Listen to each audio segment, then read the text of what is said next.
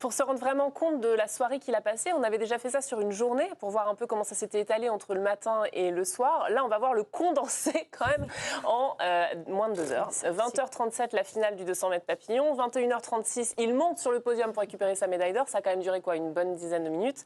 Et parce qu'il y a la Marseillaise quand même derrière, faut pas l'oublier. Et puis derrière, donc cette finale du 200 mètres brasse à 22h31. Voilà, je pense qu'on se rend bien compte de ce que ça représente. Et ça participe à l'effet de sidération, parce que si c'était qu'une médaille d'or, on est d'accord, Fred? Mais oui, s'il avait gagné jeudi... Si c'était qu'une, pardon, vous avez compris, évidemment. Oui, non, mais si le 200 brasses, il avait été mercredi ou jeudi prochain, enfin, j'en sais rien, vous voyez, avec suffisamment de temps, ça reste très impressionnant. Ce que faisait Michael Phelps, empiler comme ça les courses individuelles et empiler les médailles d'or, parfois à la touche, parfois avec 2 longueurs d'avance, nickel. Mais là, quand on voit le bonhomme qui a 22 ans, qui n'est jamais monté sur une boîte olympique, il arrive, il est chez lui avec quand même une attente, on sent que ça monte, ça monte. Et tout d'un coup, le petit gars, il est déjà au rendez-vous pour la première course. Là, il en a 2. Il s'envoie les 2 face aux meilleurs spécialistes, avec 1h30 de battement. Moi, je suis désolé, je déclare forfait. Mais surtout qu'après la première, il ne célèbre pas complètement. Il fait aucune interview, il fait rien du tout, il va directement au vestiaire, etc. Donc, je sais pas comment tu restes concentré, tu gagnes une médaille, tu sais que tu en as une autre à aller chercher juste après, 1h30 après. Mais là, il y avait le préparateur mental sur ce plateau hier. Non, là, on voit le travail. C'est tout ça qui a été préparé.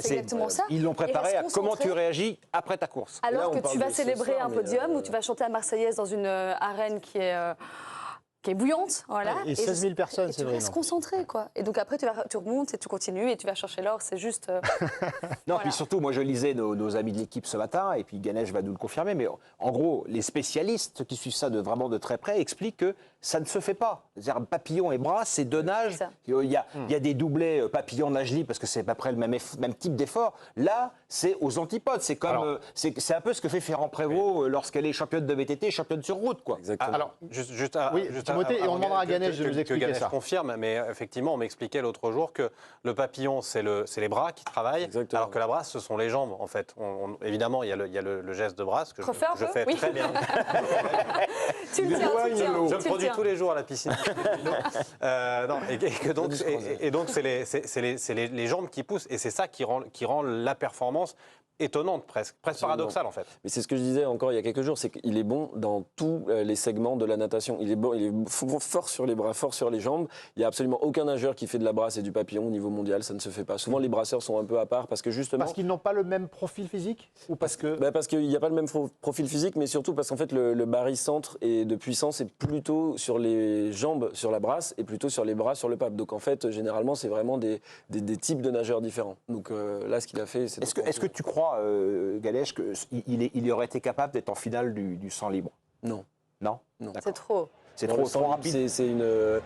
C'est très différent, c'est plus de puissance. Lui, c'est un nageur de 200-400. Il peut descendre aux 100 mètres sur la brasse, par exemple, mais sur le 100 libre, je pense pas. En revanche, sur le 200 libre, peut-être qu'à Los Angeles, il faudra faire attention. Là, il n'a pas fait le relais 4x200 nage libre hier. Ils ont fait 5e. Mais il faut faire attention à lui. L'effet de sidération, même chez un spécialiste comme vous, Ganesh, on rappelle, vous avez été champion de France de nombreuses reprises avant de devenir journaliste par la suite. L'effet de sidération, il marche chez vous aussi dans le sens, même vous qui êtes dedans, vous vous dites, c'est pas possible ce qu'il est en train de faire? Ce soir en partant à la piscine... on parle de ce soir. Ce soir en partant à la piscine, honnêtement, j'étais pas sûr qu'il fasse les 2 médailles. Sur le 200 papillon, Milak, quand même, c'est un... Milak, c'est le Hongrois qui était le grand spécialiste. Énorme favori, recordman du monde, invaincu depuis quelques années. Enfin, vraiment, il n'y a personne qui a réussi à le battre. C'était un peu la star depuis quelques années. Et là, il avait l'air facile en série en demi-finale. Et là, que Léon Marchand vienne le battre... En le remontant en coulée, en finissant devant lui. Lui, il a pris une poudre sur la tête. On l'a vu sur le podium. Il est miné, le garçon. Ce qui ajoute justement à cet état un peu de sidération générale, c'est cette 4e longueur avec sa coulée où il sort aux 15 mètres, où il arrive quasiment à hauteur grâce à sa fameuse coulée. C'est un peu sa spécialité. Et je crois que c'est ça aussi qui ajoute. Il est derrière pendant les 3 longueurs. C'était attendu, apparemment, c'est ce que tu expliquais. Non, c'était pas attendu, pas à ce point-là, mais on s'en doutait. Pour ceux qui connaissent, qu'il allait avoir cette tactique. Mais c'est aussi... Et puis c'est sa 4e longueur qui est assez impressionnante. Où il ressort à hauteur. C'est ça aussi qui est sidérant, mais dans la soirée qu'on a vécue, c'est qu'il y a eu 2 stratégies sur 2 courses totalement différentes. C'est-à-dire qu'il y a tête et corde, comme on dit en hippisme, pour le 200 brasses, et puis 200 papes, au contraire, où il surgit dans la dernière longueur. Et ce qui est fou aussi, c'est que ce soit sur le papillon ou la brasse, il accélère jusqu'à la fin de la course. C'est-à-dire que déjà, quand on fait un 200 papillons, souvent on a très mal. Donc on ralentit, on ralentit. Là, en papillon, il accélère. En brasse, il était là avec la ligne du record du monde qu'il a failli battre. Enfin, c'est complètement dément. Enfin, ça n'arrive jamais. Comment on l'explique ? Pardon, oui, allez-y. Comment on l'explique ? Comment ça se fait qu'il est... Je sais qu'il y a ses mains aussi, il y a sa coulée, il y a tout ce qui se passe... Comment on explique ? Déjà, il est très fort, donc il a de la marge. Ça, c'est quand même une qualité que... Enfin, c'est un atout qu'il a dans sa banette qu'il faut lui reconnaître. Donc il peut se permettre de commencer lentement et puis d'avoir des courses comme ça en accélération. Mais après, c'est parce qu'il est très fort, il s'entraîne beaucoup, il s'entraîne il travaille comme un avec les meilleurs aussi. C'est ça, Il travaille comme un mutant. Et alors, on dit qu'il a un corps parfait. Parce que vous êtes très beau, par exemple, Ganesh. Mais visiblement, vous n'avez pas un corps parfait comme Léon Marchand pour la natation. Alors, vous étiez un champion quand même. Qu'est-ce qu'il a de parfait dans son corps ? Pourquoi est-ce qu'il est parfait, son corps ? Alors, je ne suis pas médecin ni spécialiste de la Mais par rapport à la natation, évidemment. Non, mais ce que je pense, c'est un peu à l'image de Michael Phelps qui avait été étudié par la NASA, où ils avaient regardé un peu comment était constitué son corps. Et je pense qu'il a une hyperlaxité de certaines articulations qui lui permettent d'être très fort sur les coulées. Il a de très grands membres, il a une énorme envergure, etc. Et puis, c'est pas un tronc, entre guillemets, c'est ça ? Ce qui fait non, mais c'est-à-dire qu'il n'est pas, une machine au-dessus. Et puis un peu plus resserré. Il est très équilibré. Il est très équilibré, c'est ça. Évidemment, la flottaison, qui est toujours un truc, qui est une injustice dégueulasse. Moi, par exemple, qui vous parle, j'ai une flottaison absolument épouvantable. Dès que je me fous dans l'eau, alors que... Non, attention, tu vois où je veux en venir, parce qu'il y a quand même du vécu là-dedans.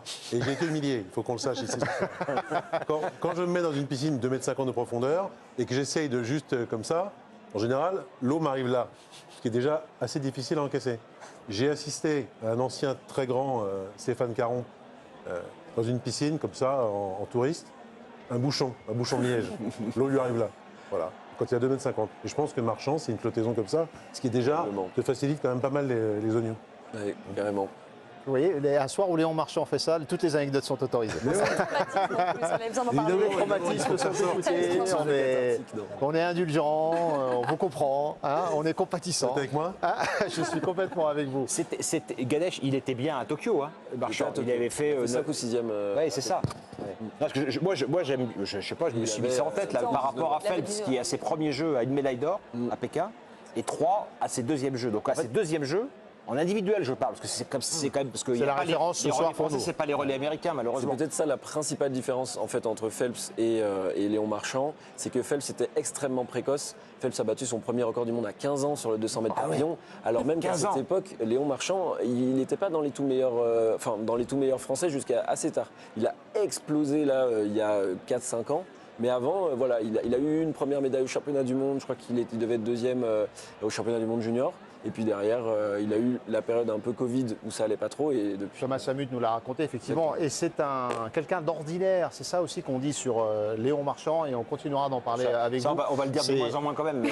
Alors, la question qu'on va se poser, c'est va-t-il réussir à rester ordinaire et à continuer à mener sa vie ordinaire, surtout à laquelle il tient tant. C'est ça aussi, parce que son statut, évidemment, qui bascule complètement après ces Jeux Olympiques. Claire, justement, les réactions. Tout le monde réagit au sujet de Léon Marchand.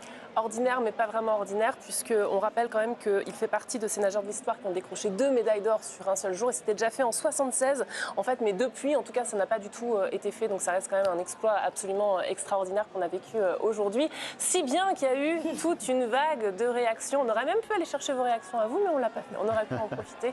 On va commencer par celle du président de la République, bien sûr, qui a quand même tweeté en anglais en même temps derrière, avec une photo que vous reconnaîtrez tous, bien sûr. On va en reparler d'ailleurs. Il l'a tweeté au moment de la première médaille d'or, à la minute de la première médaille d'or. Oui, de Léon Marchand, donc bien sûr. Donc ça, c'est bien sûr en référence à Léon. On continue avec quelqu'un qui est incontournable.